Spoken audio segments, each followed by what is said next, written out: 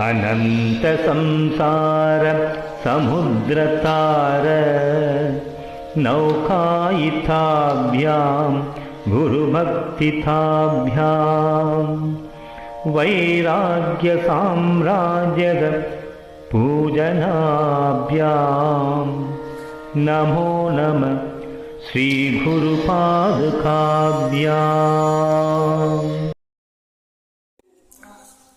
ओम श्री गुरुभ्यो नमः। हरिः ओम। பொன்னிலம் மாதராசை பொருந்தினர் பொருந்தாருள்ளம் தன்னிலந்தரத்தில் ஜீவசாட்சி மாத்திரமாய் நிற்கும் எந்நிலங்களிலும் மிக்க ஏழு நிலம் அவற்றின் மேலாம் நன்னிலம் மருவும் ஏக நாயகன் பதங்கள் போற்றி. கைவல்ய நவநீதம் தமிழில் அத்வைத நூல் ஸ்ரீ தாண்டவராய சுவாமிகள் அருளியது. தற்போது நாம் காணவிருப்பது 94வது சீல் தத்துவ விளக்கப்படலத்தில் பார்க்கிறோம்.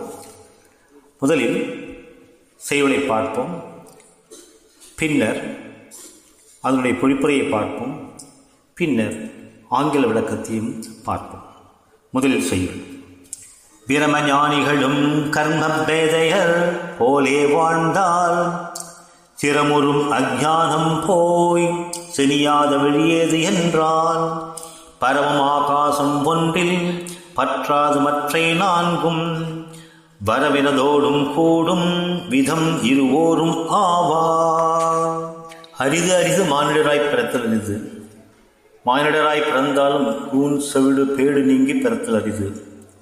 அவ்வாறு பிறந்தாலும் வேத வித்தாவது அரிது. வேதவித்தானாலும் பிரம்மவித்தாவது அரிது. ஆக இந்த பலவிதமான நிலைகளிலே மனிதன் எவ்வாறு தன்னுடைய தரத்தை உயர்த்தி கொள்கிறான், பிரம்மனிஷ்டைக்கு ஆளாகிறான் என்பதை ஒழுங்காக நாம் கவனித்து வந்து கொண்டிருக்கிறோம். அதிலே சென்ற செயலிலே நாம் பார்த்தது, மனித குலத்தில் அரிதாகும் ஜீவன் முக்தர்கள் அநேகர் இருப்பர். அவர்கள் பிரம்மவித்து, வரன், வரியான், வரட்டன் என்று பலவாக இருக்கிறார்கள். இவர்கள் அனைவரும் அடைவது ஒன்றுதான், இது மோட்சம். தட் இஸ் ஜீவன் முக்தம். ஜீவன் முக்தத்திலிருந்து விதேக முக்தம் அடைகின்றார்கள். இதில் முதல் ஒரு பிரம்மவித்தை பற்றி நாம் பேச வேண்டுமானால், அவர் சாதாரண குடும்பஸ்தன் போலத்தான் இருந்து வருகிறார். அவருக்குண்டான சில கர்மாக்களை செய்து கொண்டு தான் இருக்கிறார். அவர்கள் தன்னுடைய துக்கங்களை பிராரத்த கர்மாவினால் ஏற்பட்டது என்று சகித்து கொண்டு வாழ்ந்து தன்னுடைய தேகத்தை விட்டு விதேகமாக மாறுகிறார்கள். மற்ற 3 வகைகளும் எப்பொழுதும் யோக நிஷ்டையிலே இருந்து கொண்டிருக்கிறதுனால அவர்கள் வேறுபட்டு காண்கிறார்கள். அவர்களுக்கு மோட்சத்தை அடைவதில் எந்த விதமான சிரமமும் இருப்பது இல்லை. ஆக அவ்வாறு கண்ட அந்த செயலுடைய அர்த்தம் மேற்கொண்டு எவ்வாறு செல்கிறது என்று கேட்டால், பிரம்மவித்தானப்பட்டவர் எப்பொழுதுமே சம்சாரத்தில் ஈடுபட்டிருக்கின்றார் சொல்லி நாம் கேட்கின்றோம். அவ்வாறு இருக்கிறச்ச அவர் அஞ்ஞானம் எப்படி அவர் போக்குவார்? அதாவது அந்த நிலையிலிருந்து கீழே தாழ்ந்து வருவதற்கும் அல்லவா அவருக்கு வாய்ப்புகள் இருக்கின்றது என்று அதை குறித்து ஒரு சந்தேகத்தை சிஷ்யன் கேட்கின்றார். அதுக்கான பதில் தான் இந்த செயலிலே நாம் பார்க்க போகின்றோம். இந்த செயலினுடைய பொழிப்புரையை நாம் அப்படியே படிக்க கேட்கலாம். குருவே, பிரம்மஞானிகளும் கர்மம் பிடித்து வாழும் உலகப் பேதையர் போலே வாழ்ந்தால் திறமான மாயையாம் அஞ்ஞானம் போகுமா? அவர்களும் பிறவாத நிலையான மோட்சமடையும் வழிதான் என்ன என்றான் சீடன். எங்கும் பரவி நிற்கும் ஆகாயத்தில் மற்ற 4 பூதங்களும் பற்ற முடியாது. அதுபோல் ஜீவன் முக்தன் பிராரத்த கர்மாவை அனுபவிப்பானே தவிர மாயை அவனை பற்றாது. பிரம்ம பொருளில் நிற்பவனை ஆணவம், கன்பம், மாயை என்று இருந்தவை எல்லாம் தானே அவனை விட்டு ஓடும். அவர் வினைப்பற்றா வண்ணம் ஞான சமாதியில் கூடும் விதம் எப்படி என்றால், அதற்கு காரணமாய் இருவர் உள்ளார்கள் என்பதை அறிவாய் மகனே என்றார் குரு. அந்த இருவரும் ஒருவர் நல்லோர், மற்றவர் தீயோர் என்று இவ்வாறாக செயலுடைய பொழிப்பறை நாம் காண்கின்றோம். செயலிலே காணப்படுகின்ற சில குறிப்பான சில பதங்களை நாம் சற்று நேரம் ஆராய்வோமாக. பிரம்மஞானிகள் என்பவர்கள் ஆத்மஞானிகளாக அறியப்படுகிறார்கள். கர்மபேதையர் போலே வாழ்ந்தால் என்ற சொல்லுக்கு நாம் எவ்வாறு பொருள் புரிந்து கொள்ள வேண்டும் என்றால், பிறவிக்கு காரணமான அவித்யா காமகர்மங்களை உடைய அறிவியனரைப் போலவே விதிப்படி விவகாரங்களை செய்து வாழ்ந்தால் அப்படி என்று நாம் கொள்ள வேண்டும். அப்பாடி வாழும் பட்சத்தில் அவர் எவ்வாறு முக்தி அடைய முடியும் என்ற கேள்விதான் இங்கு எழுகிறது. அந்த கேள்விக்கான பதில்தான் இந்த செயலிலே நாம் காணவிருக்கின்றோம். அங்கு ஆகாசம் என்கின்ற ஒரு பஞ்சபூத தத்துவத்தில் ஒன்றான ஆகாசம் மற்ற 4 பஞ்சபூத தத்துவங்களை கலக்காது. ஆகாசம் எங்கும் பரவியிருக்கிறது. வாயுவோ ஒரு குறிப்பிட்ட இடத்தில் தான் இருக்கிறது. அக்னியோ அதனுடைய காரிய காரணமாகத்தான் உற்பத்தி ஆகின்றது. அதே போல்தான் நீரும் பூமியும்.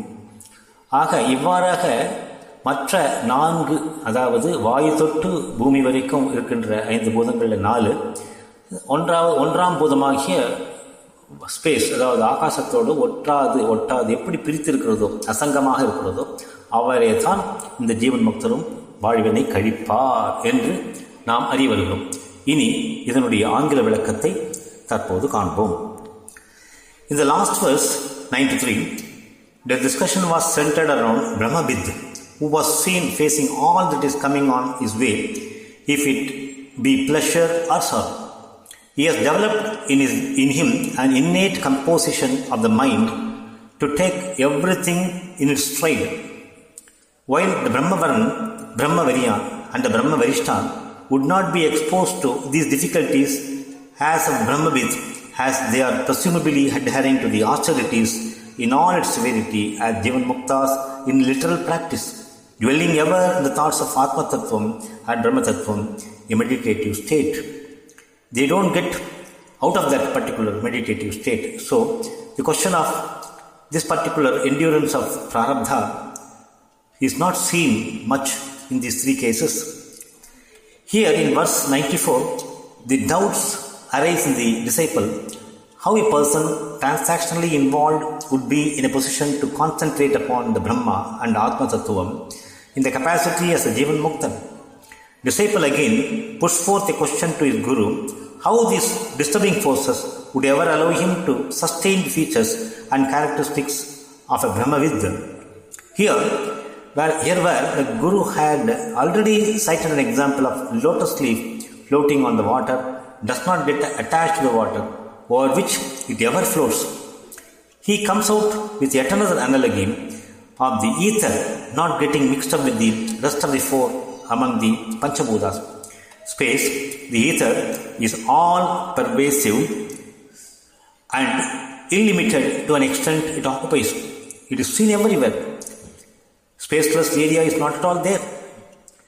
But the air and the rest of the elements have a certain zonal confinement which the space is not subject to. It is asanga with other elements. If the other 4 elements are supposedly the bads, it does not mingle with them.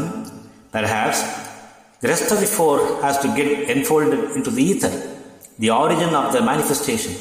But the ether would never mingle with the rest of the 4. The enfoldment takes place other way, from Prithvi to water to Agni, Agni to Vayu, and then to space. So space is the ultimate place where the total enfoldment takes place. Brahmavid, in routine course, sustains the sustenance of his rest of the life till Videha Mukti is exposed to the commitment of goods and bads that fetches him the Agami Karma. This is a current happening. This Agami Karma is the accumulation of a current happening, and this would not be in any way affecting him despite the fact he is seen apparently attached to the material and transactional style of living. The current agami karma, though results in goods and bad effects, it would not in any way affect the Brahmavid, for which the explanations are seen in elaborate manner in the ensuing verses. For now, let us take leave. Thank you. Om Shri Gurubhyo Namaha. Harihi Om. Om Shanti Shanti Shanti. Harihi Om.